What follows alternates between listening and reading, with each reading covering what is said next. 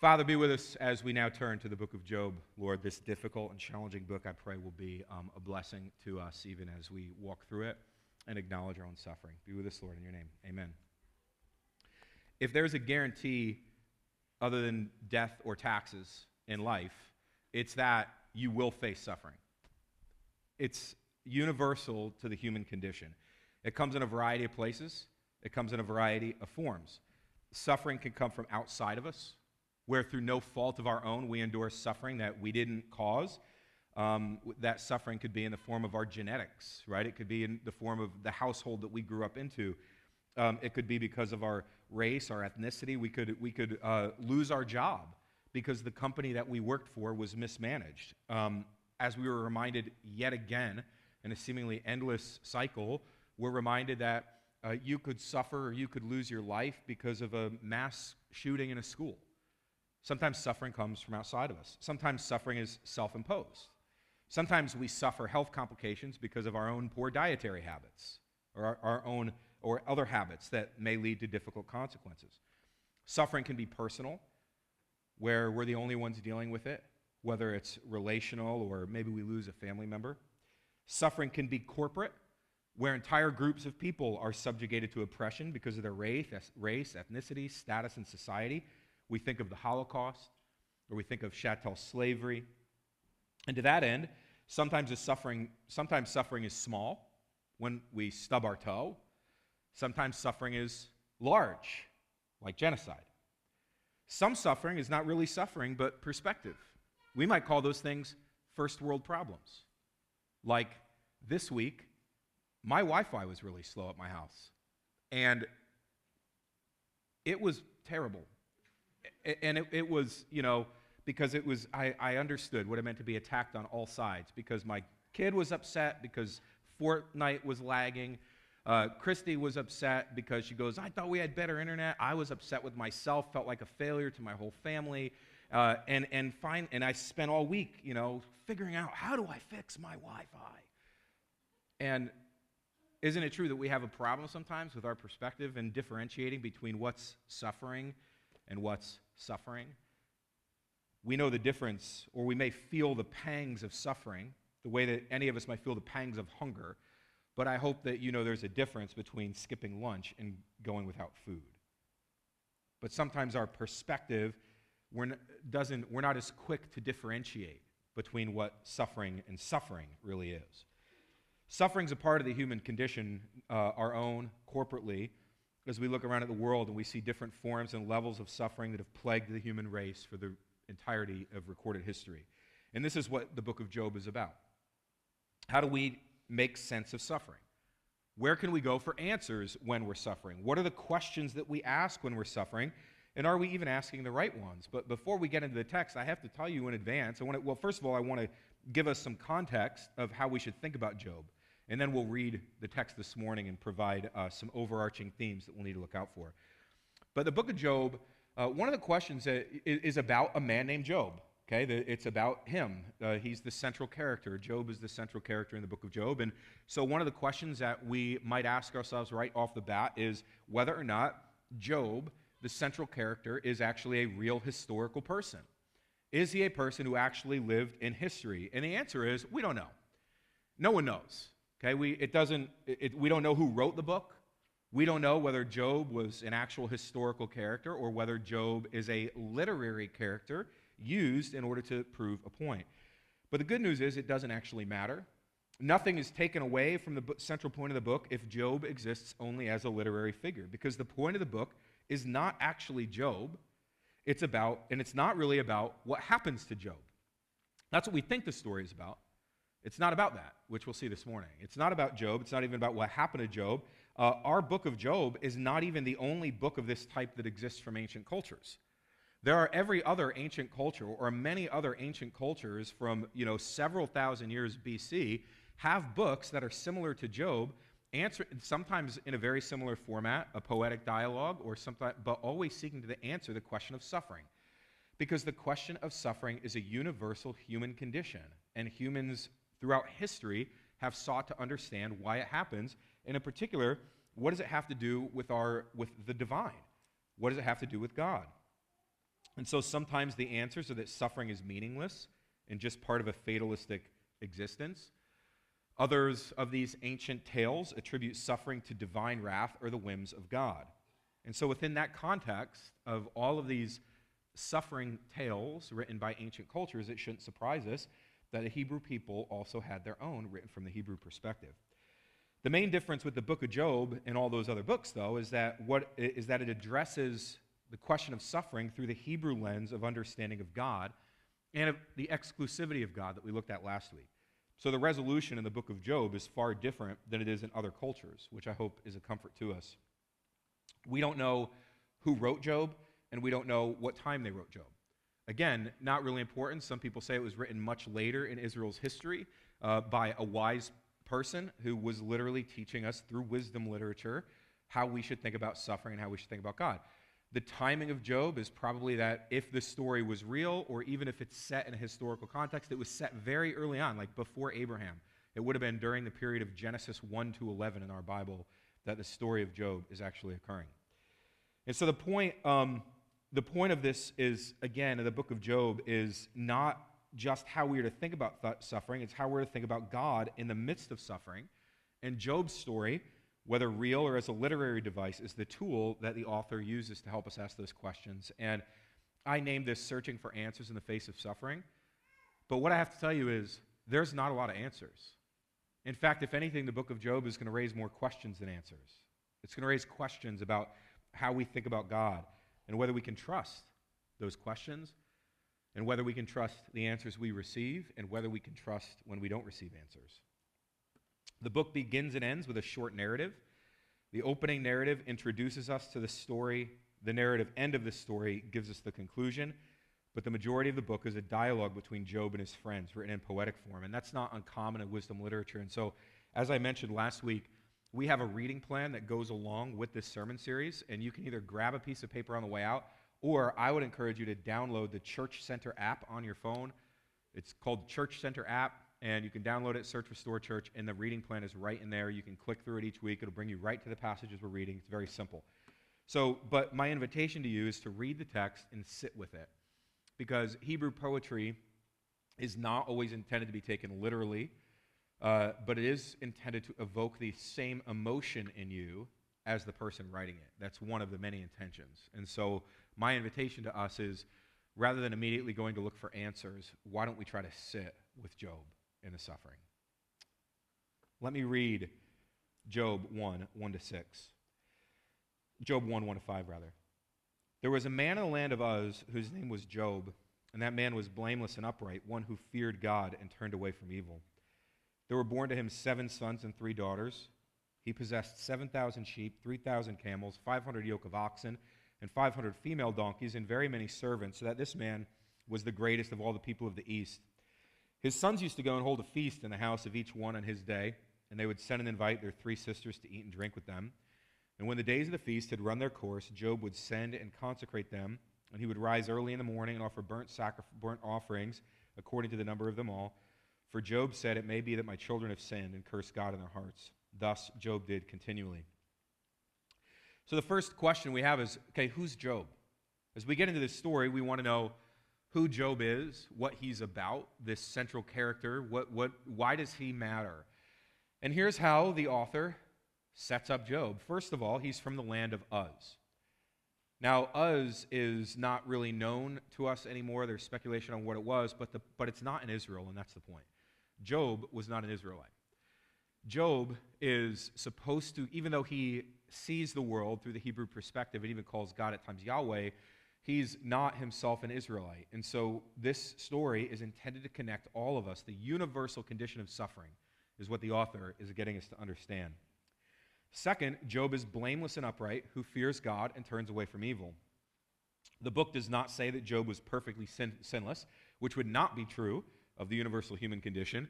Rather, he was blameless and upright because he lived in a conscientious awareness of how he should live in the sight of God. He tried to do the things that pleased God. He turned away from evil. If there was an awareness of sin, he offered sacrifices on that behalf. And the author wants us to know that right up front. And it's central to the whole book of Job that we understand that Job is blameless and upright, the greatest of any of the men in the East.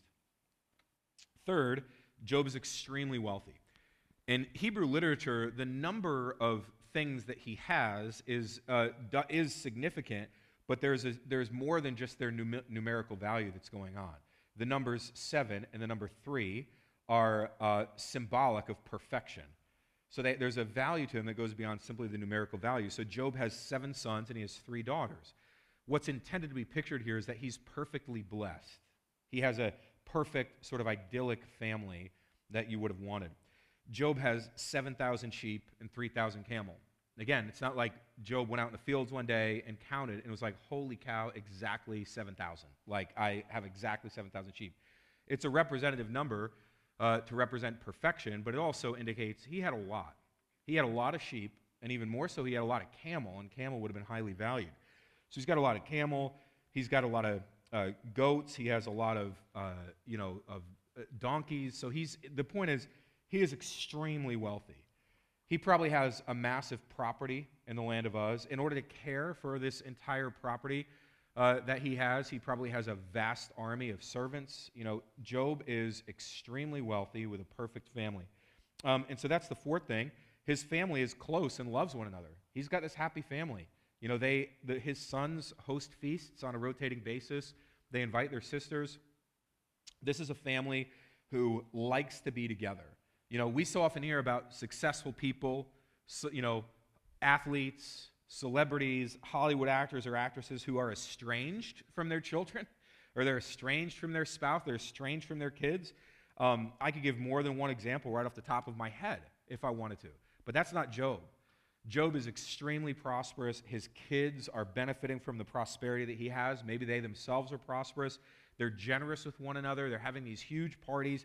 We cannot level the charge against Job that as righteous as he may have been, maybe he neglected his family or his household.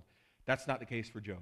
Job's wealthy. He's blameless and upright. His household is happy. Everyone within it is happy. And finally, Job plays a priestly role in that family. So that even after the feasting, Job would go and make sacrifices for his children just in case one of them sinned. Just in case one of them potentially sinned against God, Job would go and make sacrifices, intervening on behalf of the children to ensure that their sins were forgiven in the eyes of God. And so before we even get into the heart of the book, we have to understand that Job is the real deal. The author wants us to know right up front, whatever else you're going to think about suffering and the suffering that Job goes through, whatever other questions that you're going to ask of it, whatever other questions you ask of your own suffering, when it comes to Job, Job was blameless and upright, a man who feared God and shunned evil, and he was the real deal. There was no charge to be leveled against Job. Let's turn to the next section. We move from our feet on the ground of earth, looking at Job, to standing in the council room of God. Now there was a day when the sons of God came to present themselves before the Lord, and Satan also came among them. The Lord said to Satan, "From where have you come?" Satan answered the Lord and said, "From going to and fro on the earth, and from walking up and down on it." And the Lord said to Satan, "Have you considered my servant Job, that there is none like him on the earth, a blameless and upright man who fears God and turns away from evil?" Then Satan answered the Lord and said, "Does Job fear God for no reason? Have you not put a hedge around him and his house and all that he has on every side? You have blessed the work of his hands, and his possessions have increased in the land. But stretch out your hand and touch all that he has, and he will curse you to your face." And the Lord said to Satan, "Behold, all that he has is in your hand. Only against him do not stretch out your hand." So Satan went out from the presence of the Lord. The council room of God.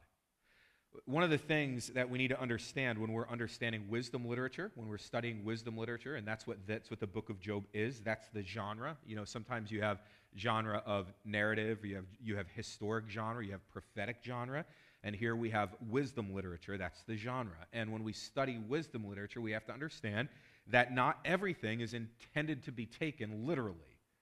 That doesn't mean that it's not describing something literal, but it doesn't have to necessarily be literal in order to make the point.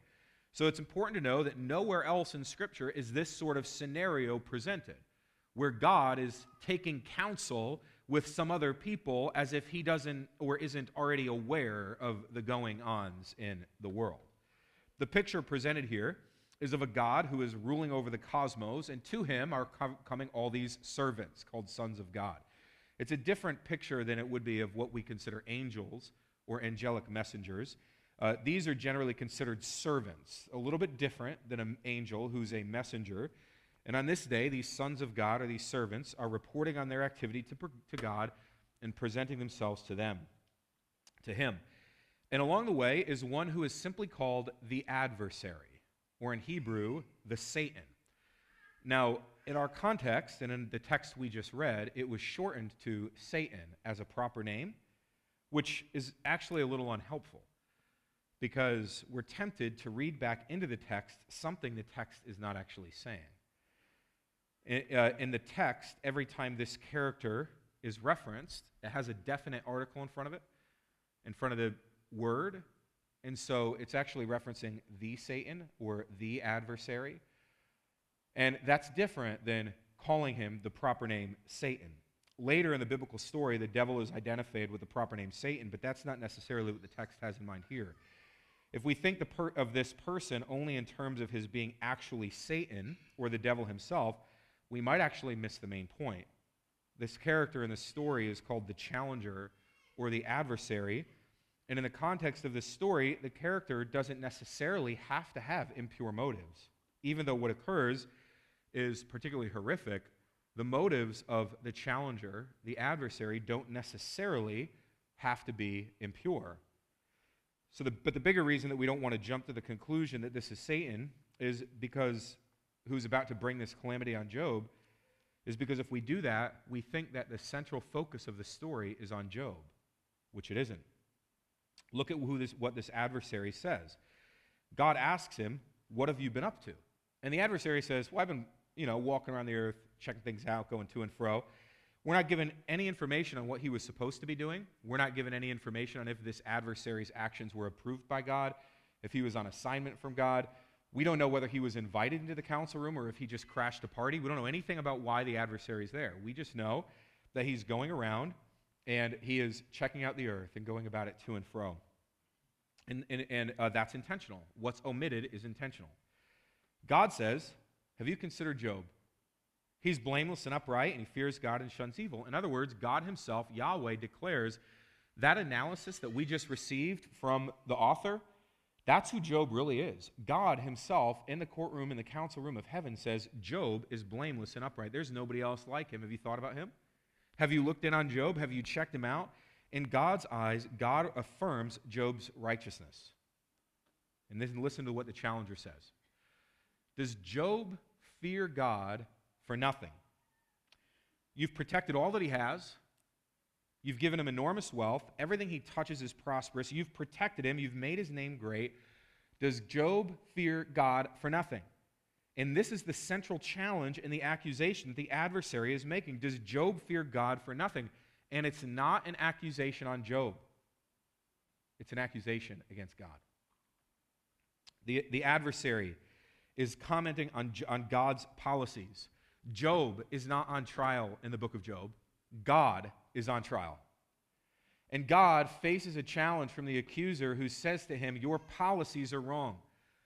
The only reason that Job loves you is because you've given him everything he has. How can you be sure, if you have given Job all of these things, that he really loves you for you, or he loves you because all the benefits that you've given him?" See, when we think of this character as Satan, we think of him as an accuser, as if he's a prosecuting attorney against Job. But that's not what he's doing. God has already declared Job to be righteous.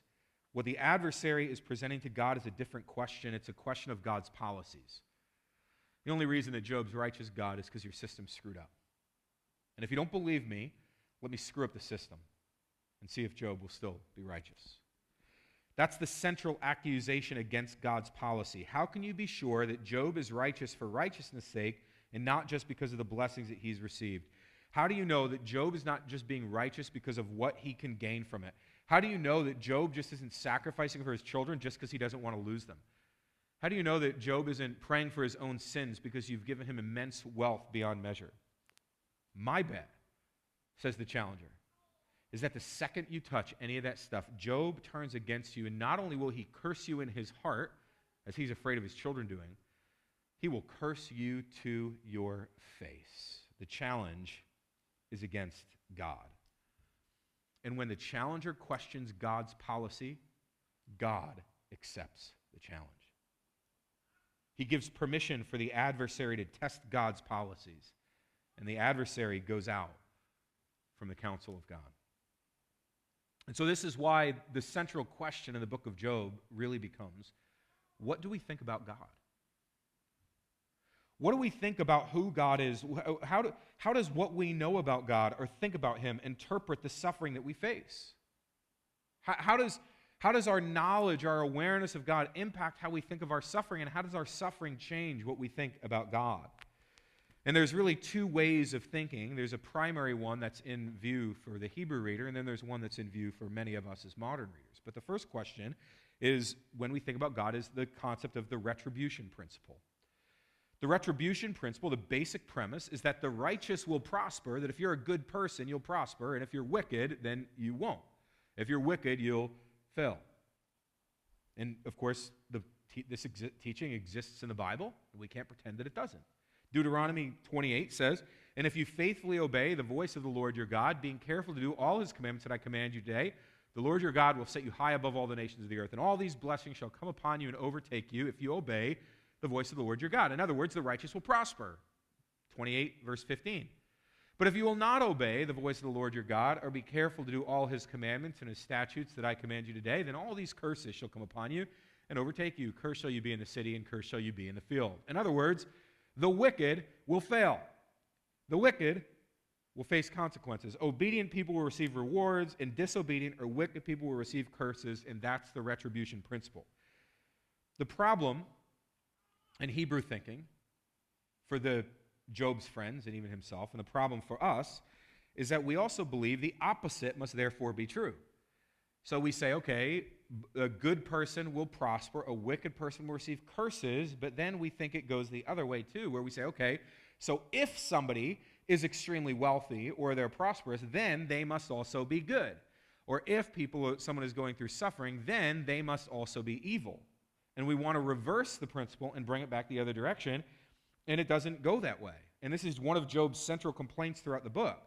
Because he says, if I'm good and upright, if I'm blameless and righteous, then why is God dealing with me contrary to the way that I would expect him to treat me according to the retribution principle? If I'm really blameless and upright, then why am I suffering? And how do we make sense of that? How does Job make sense of that, even as he calls into question the policy? And basically what he's saying is that to God is that the adversary says this is a self-defeating policy. If the wicked always suffer curses and the righteous always prosper, then anybody who's prosperous, you have no idea, again, whether they're being righteous for the blessings or for you. And so if it's true that good people receive blessing and bad people receive curses, then you'll never know whether the person was righteous for the sake of righteousness or because of the blessings that they received. And so the adversary, accuses God of having a faulty policy that could never really prove or even result in what God had desired. And it becomes a central question that we have to wrestle with in the text. Do you fear God in order to reap the blessings of God, or do you fear God because of God himself? As one commentator put it, do you worship God out of genuine love or primarily for God's blessings? If you think that your life has gone well and you think God is at least in part responsible for that, then do you show up to church? Do you pray? Do you teach your kids about God because you think you'll receive a better life? And that lie is sort of implicit in broader American culture and broader American evangelicalism. I've said before, the question in college that people would have. I mean, there's debates, there's people trying to defend the faith in Jesus Christ, and they'll say, well, what happens when you die? And they go, well, even if I die and I'm wrong, it doesn't matter because I've lived a good life. That's defeated in the book of Job. Because what if you didn't live a good life? What if you didn't have blessing? Would you still trust and love God? Would you still have faith if everything around you collapsed? You can't say, well, at least I lived a good life as a Christian, because there's no guarantee of that outcome. There's no guarantee that you're not going to face suffering. In fact, if anything, there's a guarantee that you will face suffering, and oftentimes will face it worse as a believer in Jesus Christ because there's more going on in the story. So there's a second thing that raises. It was not a question for the Hebrew people. Their thinking about God was through this lens of the retribution principle. But there is another way of thinking about it for modern thinkers, and that's the question known as the theodicy question. And the theodicy question deals with God's relation to evil. Does God cause evil, allow it? What is the nature of evil and suffering? The proposed dilemma is that if God is all-loving and all-powerful, then that God would turn away all suffering and evil. But because suffering and evil do exist in the world, therefore God cannot be all-powerful or he cannot be all-loving. That's the theodicy question. The dilemma proposed is that if God were perfectly good, he would not allow suffering and evil, but since they do exist, then God can't be perfectly good. That is not a question that the Hebrew people in general were asking. That's not a question that the Bible really even asks. That's a modern philosophical question that comes out of the Enlightenment because we want to have answers and be able to figure things out and know exactly how things happen. Why does this equal that and such? But that's not a question of thinking in a lot of different cultures, certainly not thinkers that are coming from a Hebrew background and other cultures in the world as well. Because to them, the idea was that we want to know why, right? Why did God do this? Why did these things happen? But suffering and evil didn't really cause a problem in the minds of the Hebrew people because they understood God to be completely sovereign or completely exclusive. So even in, it comes up in Luke chapter 13 where there's a tower that falls over and it kills 18 people, and Jesus' disciples are like, well, did they sin? Is that why it fell on them? See, that's the retribution principle. Like, well, this tower fell on them. Something must have been wrong. They didn't question God's involvement in it or whether God had the right to drop the tower or anything like that. They just simply asked the question, well, did they sin? And Jesus was like, there's a lot more going on here than you know about. Or they come across a blind man and they say, well, who sinned? The blind man or his parents that he can't see? And Jesus is like, there's more going on here. Again, they're not questioning God's sovereignty. That's what we're doing.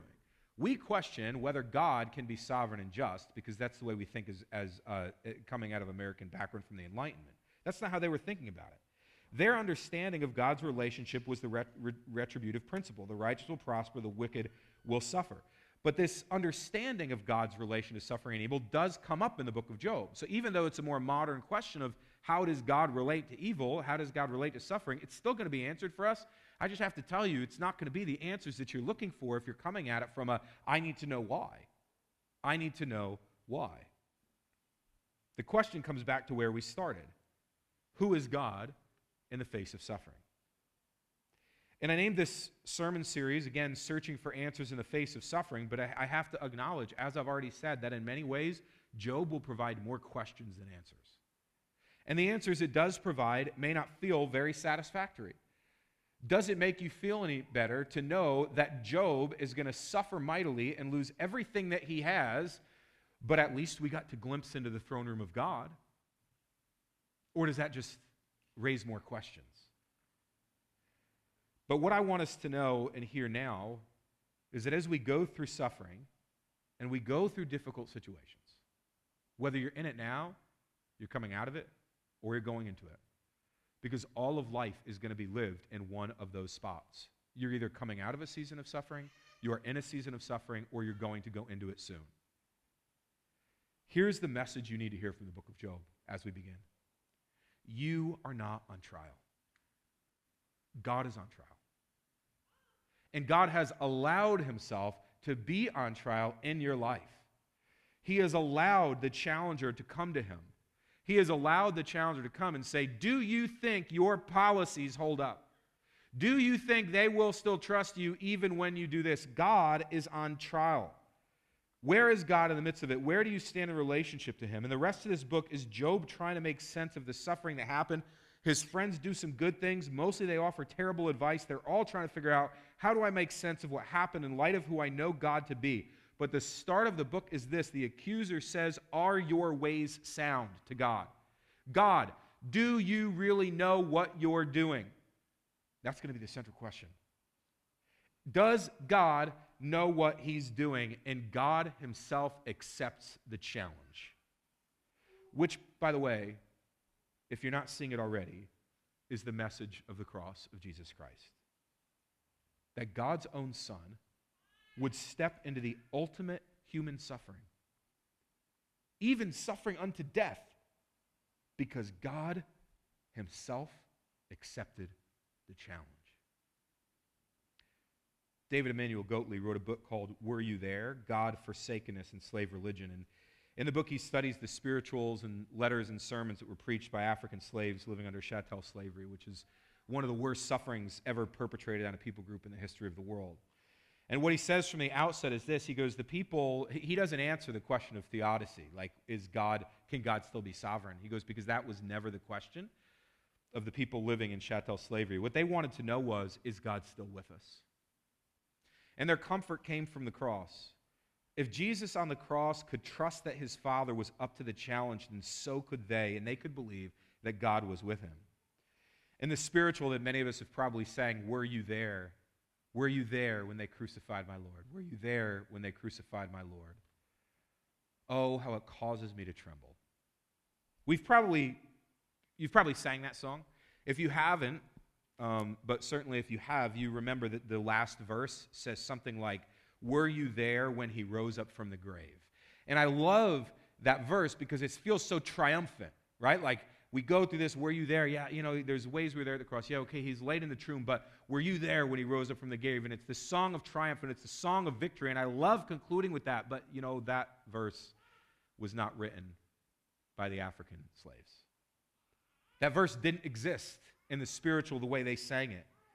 Not because they didn't know about the resurrection, but because that's not where they were now.